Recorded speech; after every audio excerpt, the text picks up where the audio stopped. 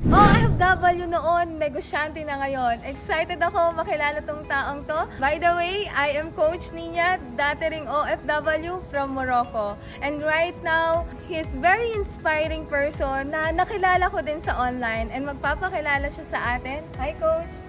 Hi everyone, my name is Coach Richard and yun, tama si Coach Nina, dati pa akong OFW sa bansang Israel for 1 year na nagtatrabaho ng 14 to 16 hours every day, but kumikita lang po ako ng 20,000 pesos buwan-buwan.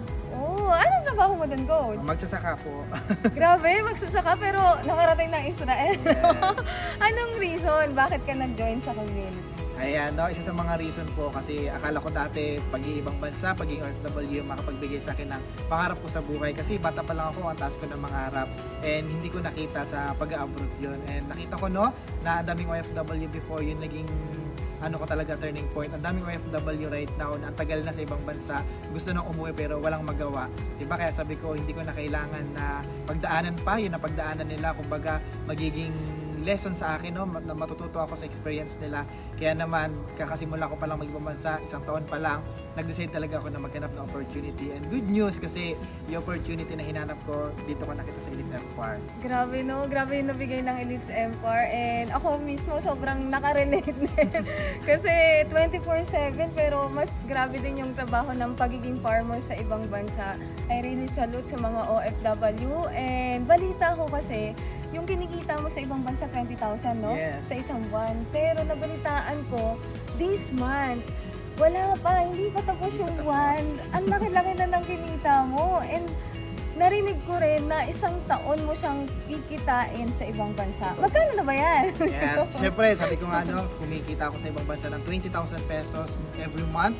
Pero dito sa Elites Empire, yung 20,000 pesos na yon every month, binigay po sa akin ng 250,000 pesos 2 weeks pa lang ng buwan. Grabe, yun yung sinasabi ko. Wala pang isang buwan, hindi pa tapos yung buwan, pero 200 plus na. Yes. Grabe naman. Pero ano yung pinaka, or magkano na yung pinaka total accumulated mo sa community? Ayan, no, baguhan pa lang din po ako dito sa negosyo, pero almost 3 million na po yun nabigay sa akin.